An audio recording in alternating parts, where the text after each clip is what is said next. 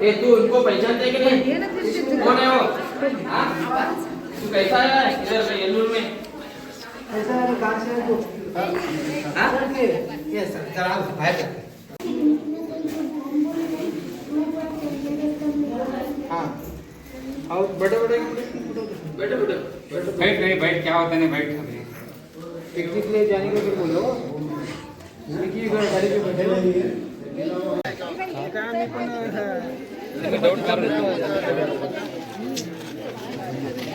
चार मुलं आहेत का मस्त तर आम्ही तुम्हाला तुमच्या आम्ही हँडवर्क करतो पण आमचं पण कर्तव्य आहे ही 4 मुलं आपल्या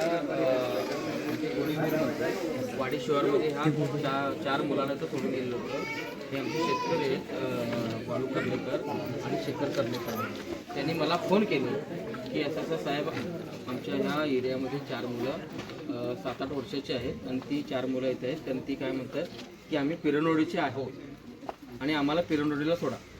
मग आम्ही त्यांना काय सांगितलं की तुम्ही पिरनोडीला सोडायचं तुम्ही हे करू नका कारण का मुलं कुणाचे आहेत काय ते कसं समजणार.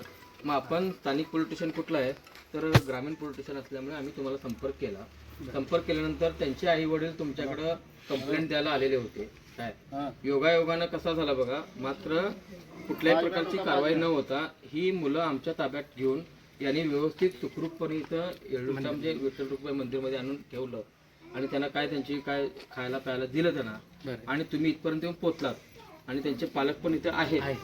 जेणेकरून आम्हाला एक समाधान काय ही मुलं कुठे मिस झाली नाहीत आणि या मुलांचा कुठेही दुरुपयोग झाला नाही. म्हणजे सांगायचं हे आम्हाला एक हे जे म्हणजे तात्पर्य काय ज्यांनी त्यांना इथपर्यंत आणून लावले बाळू कर्लेकर असतील शेखर कर्लेकर असतील हे त्यांना महत्त्व जाणं खूप गरजेचं आहे. कारण कोणीही जर सोडून जर गेलं पाप हे लहानाचं मोठं केलेली मुलं आहेत. तुझे चप्पल दे